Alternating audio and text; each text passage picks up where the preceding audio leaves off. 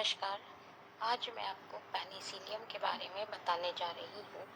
Penicillium जो कि एक फंजाई है और इसको एस्कोमाइसीटीज वर्ग में रखा गया है और एस्कोमाइसीटीज के साथ ही इसको जो इसका संवर्ग है वो यूएस्कोमाइसीटीज वर्ग जो है वो यूएस्कोमाइसीटीज है। तो हम सबसे पहले एस्कोमाइसीटीज वर्ग के कुछ विभेदात्मक लक्षण को अध्ययन करेंगे। इस वर्ग के सदस्य जो विभिन्न रूप संरचना वाले होते हैं, इनके अंदर एक कोशिकीय गोलाकार प्रकार की संरचना भी पाई जाती है और शाखित प्रकार की संरचना भी इनके माइसीलियम की पाई जाती है। तो जो गोलाकार संरचना होती है वो ईस्ट में पाई जाती है और बाकी सारी कवक जितनी भी इस एस्कोमाइसीटीज के अंतर्गत आती है उसके अंदर जो कवक होते हैं उनकी माइसीलियम की संरचना ब्रांच्ड और सेप्टेड यानी कि शाखित और पट्टीयुक्त कवक जाल के रूप में पाई जाती है। अब इनमें जो सेप्टा पाया जाता है, बीच में दो सेल के बीच में जो सेप्टा पाया जाता है वो रंध्र युक्त होता है। ये प्रजातियां, कवक प्रजातियां जो है वह स्थलीय प्रजातियां होती हैं और मृतोपजीवी या परजीवी या फिर शमल रागी रूप में पाई जाती हैं। इनकी जो सेल वॉल होती है कवक की वो ग्लूकोन या मैनॉन की बनी होती है। एक कोशिकीय ईस्ट के अंदर ग्लूकोन और मैनॉन की बनी होती है और बाकी सारी कवक जो सेप्टेड है उनकी कोशिका भित्ति काइटिन या ग्लूकोन की बनी होती है। इनका जो सोमैटिक माइसीलियम होता है वो इकट्ठा होकर, व्यवस्थित होकर और कुछ फ्रूटिंग बॉडीज की संरचनाएं बनाते हैं, जैसे स्क्लेरोशिया है, स्ट्रोमा है, माइसीलियल स्ट्रैंड है इत्यादि। ये जो कोशिकाएं होती हैं इनके अंदर जनन 3 प्रकार से पाया जाता है: कायिक जनन, अलैंगिक जनन और लैंगिक जनन। जो कायिक जनन होता है वो फिशन या फ्रेगमेंटेशन या बडिंग के द्वारा होता है और अलैंगिक जनन कॉनिडिया के द्वारा होता है जो कि कॉनिडियोफोर पर उत्पन्न होते हैं। और कभी कभी ये जो कॉनिडियोफोर बनते हैं जिनमें कॉनिडिया का निर्माण होता है, ये इकट्ठे होकर, एग्रीगेट होकर और कुछ फ्रूटिंग बॉडीज का निर्माण करते हैं, जैसे पिक्निडियम, एसरबुलम इत्यादि। इन कवक जाल के अंदर जो थैलस पाया जाता है वो होमोथैलिक या हेटेरोथैलिक दोनों प्रकार के होते हैं। मतलब जो कहना चाहिए कि जो रिप्रोडक्शन के समय, लैंगिक जनन के समय इनके अंदर जो एंथेरिडिया या उगुनिया या कैरोस्कोगोनियम, मतलब नर जो सेक्स ऑर्गन है वो और मादा सेक्स ऑर्गन है, मादा जनानांग जो है वो, उनकी स्थिति के आधार पर हम इसको कहते हैं हेटेरोथैलिक या होमोथैलिक। तो जो हेटेरोथैलिक प्रकार की जातियां होती हैं उनके अंदर नर जो पुंधानी और स्त्री जनानंग जो जिसको कि एस्कोगोनियम कहते हैं, एक ही प्रभेद के ऊपर उत्पन्न होते हैं, लेकिन इनके अंदर आपस में फर्टिलाइजेशन नहीं कर पाते हैं। ये इसको कहते हैं सेल्फ इनकॉम्पेटेबिलिटी होती है। इस प्रकार की क्रियाओं को हम, जो हेटेरोथैलिज्म पाया जाता है उसको हम कहते हैं कि फिजियोलॉजिकल हेटेरोथैलिज्म। मतलब दोनों पाए तो एक ही थैलस पर, एक ही माइसीलियम, मतलब एक ही हाइफी पर पाए जा रहे हैं, लेकिन उनके अंदर जो फ्यूजन की प्रक्रिया है वो नहीं हो पाती है। फ्यूजन के लिए उनको दूसरे माइसीलियम पर जो उगोनिया या एस्कोगोनियम बनता है उसकी ज़रूरत होती है। तो इस प्रकार के हेटेरोथैलिज्म को हम कहते हैं फिजियोलॉजिकल हेटेरोथैलिज्म। एस्कोमाइसीटीज की कवक सदस्यों के अंदर जो लैंगिक जनन होता है वो लगभग 3 से 4 विधियों के द्वारा होता है, जैसे कि युग्मकधानी संयुग्मन, युग्मकधानी संपर्क, फिर सोमेटोगेमी और फिर स्पर्मेटाइजेशन यानी कि अचल पुंमणु युग्मन। इस प्रकार से इनके अंदर लैंगिक जनन पाया जाता है। अब हेटेरोकैरियोसिस एस्कोमाइसीटीज वर्ग के सदस्यों का एक और अन्य लाक्षणिक गुण होता है जिनके अंदर दो डिफरेंट मैचिंग टाइप के केंद्रक उपस्थित होते हैं। इस कारण से मतलब एक ही माइसीलियम, एक ही कवक जाल में दो विभिन्न प्रारूप के केंद्रक उपस्थित होते हैं, तो इसलिए इनको हम कहते हैं हेटेरोकैरियोसिस। अब इस वर्ग के जो कवक है इनमें फ्रूटिंग बॉडी जो बनती है उसको एस्कोकार्प कहते हैं, और परिपक्व फलन की संरचना के आधार पर इनके अंदर जो फलन संरचनाएं बनती परिपक्व होने पर वो कुछ इस प्रकार होती हैं, जैसे कि एपोथीसियम के रूप में होती है फलन संरचना, पेरिथीसियम के रूप में होती है क्लिस्टोथीसियम, या फिर एस्कोस्ट्रोमा। इस तरह की फलन संरचनाएं हमको इनके अंदर दिखाई दे सकती है। फलन पिंडों की उपस्थिति के आधार पर एस्कोमाइसीटीज वर्ग को हमने दो उपवर्गों में बांटा है। एक जिनके अंदर एसआई जो होते हैं वो नग्न होते हैं, यानी कि एस्कोकार्प वहाँ पर अनुपस्थित होगा, तो उनको हमने हेमी एस्कोमाइसीटीज के अंतर्गत रखा है। और दूसरे प्रकार के फलन पिंड होते हैं जो एसआई फलन पिंडों में उत्पन्न होते हैं।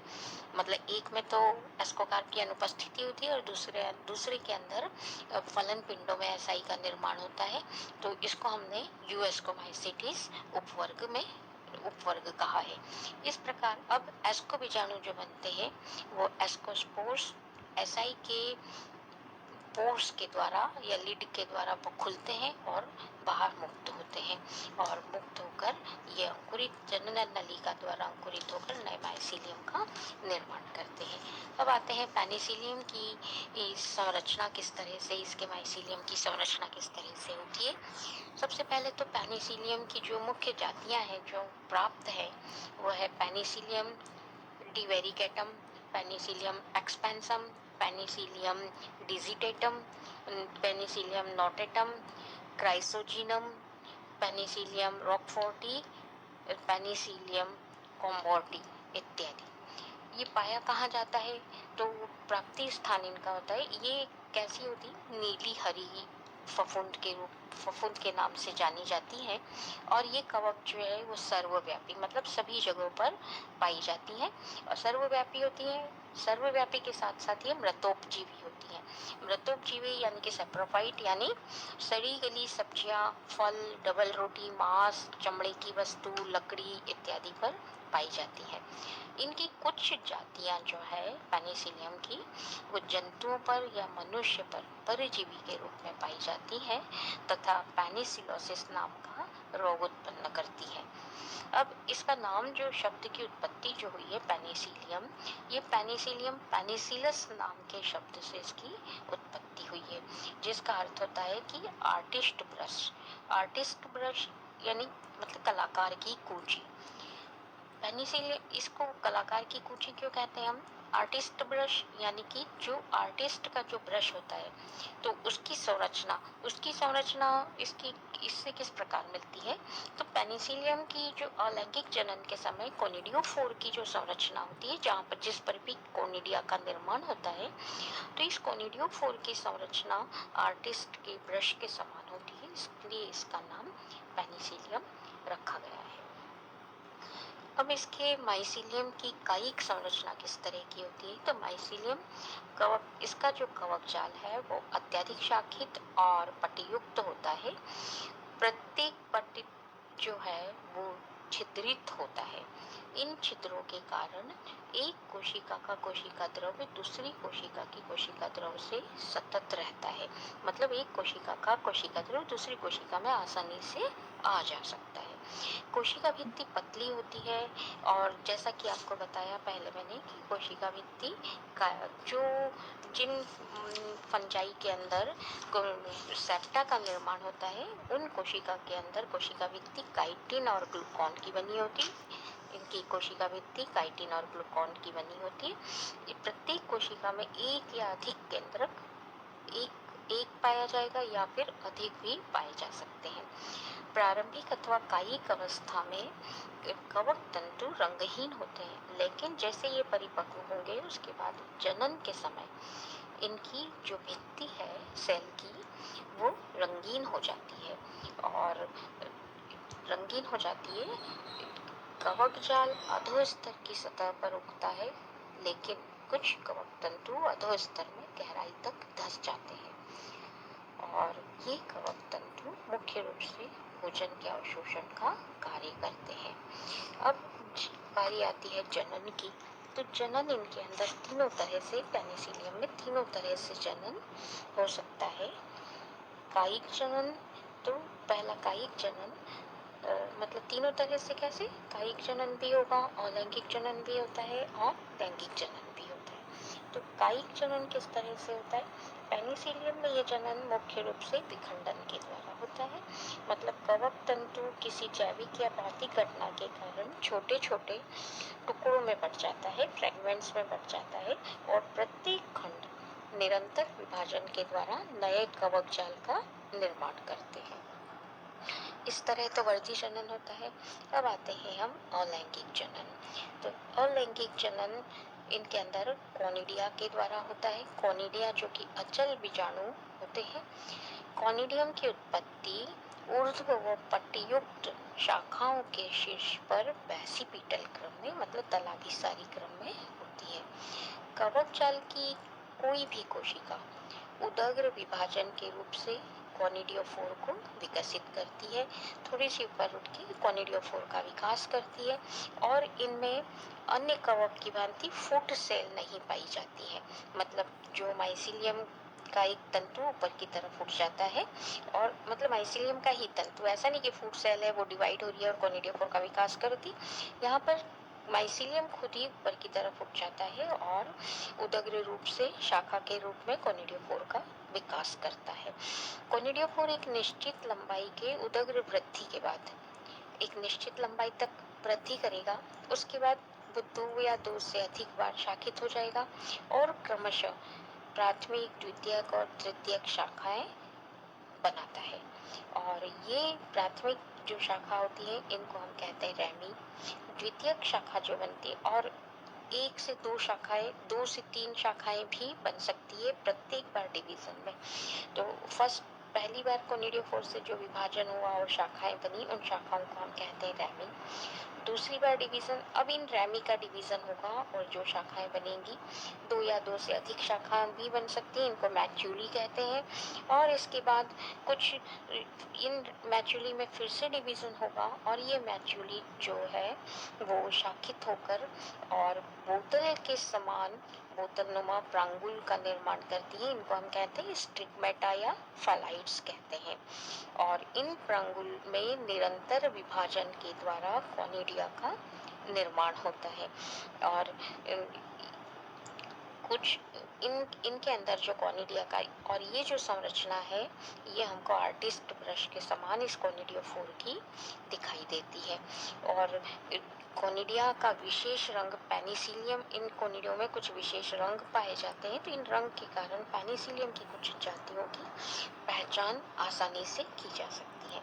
अब कॉनिडिया का निर्माण किस तरह से होता है? फैलाइट्स या स्टिग्मेटा का निर्माण होता है शीर्ष पर, कॉनिडियोफोर के शीर्ष पर।